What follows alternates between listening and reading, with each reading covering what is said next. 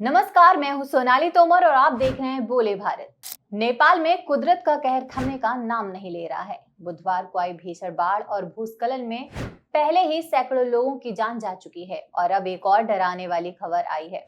नेपाल की सीमा के उस पार चीन के तिब्बत से सटे इलाके में बनी एक झील का बांध टूट गया है, जिससे पानी तेजी से नीचे की ओर बढ़ रहा है।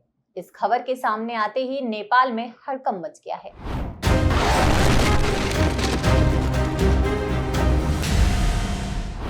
नदी किनारे और निचले इलाकों में रहने वाले लोगों को हाई अलर्ट पर रखा गया है। हालात की गंभीरता का अंदाजा इसी बात से लगाया जा सकता है कि जिन इलाकों में बचाव दल लोगों की जिंदगी बचाने में जुटे थे, वहां भी रेस्क्यू ऑपरेशन रोकने के निर्देश देने पड़े हैं। दरअसल चीन के जीरोंग बॉर्डर के ऊपरी इलाके में बनी एक झील का बांध अचानक टूटने की सूचना सामने आई। नेपाल पुलिस ने तुरंत चेतावनी जारी की। बताया जा रहा है कि झील से निकला पानी तेज रफ्तार से नीचे की तरफ बढ़ रहा है। इसका सीधा असर नेपाल के नदी किनारे बसे इलाकों पर पड़ सकता है। खास तौर पर भोटे, कोशी और त्रिशूली नदी के आसपास के इलाकों में खतरा बढ़ गया है। प्रशासन ने लोगों से नदी के किनारे या निचले इलाकों में बिल्कुल नहीं जाने की अपील की है। सबसे चिंता की बात यह है कि नेपाल पहले से ही एक बेहद बड़े प्राकृतिक संकट से गुजर रहा है। हाल ही में बाढ़ और भूस्खलन के कारण कई जगह नदियों का बहाव प्रभावित हुआ है और पानी खतरे के निशान से ऊपर पहुंच गया है। इसके बाद बाढ़ ने कई इलाकों को अपनी चपेट में ले लिया है। अब तिब्बत की तरफ से अचानक पानी आने की खबर ने प्रशासन की चिंता और बढ़ा दी है। पहाड़ी इलाकों में ऐसी स्थिति बेहद खतरनाक होती है, क्योंकि पानी, मिट्टी और चट्टानों का सैलाब बहुत कम समय में नीचे के इलाकों तक पहुंच सकता है। इसी खतरे को देखते हुए बाढ़ राहत और बचाव के काम में जुटे लोगों से कहा गया है कि वे जल्द से जल्द सुरक्षित जगहों पर चले जाएं।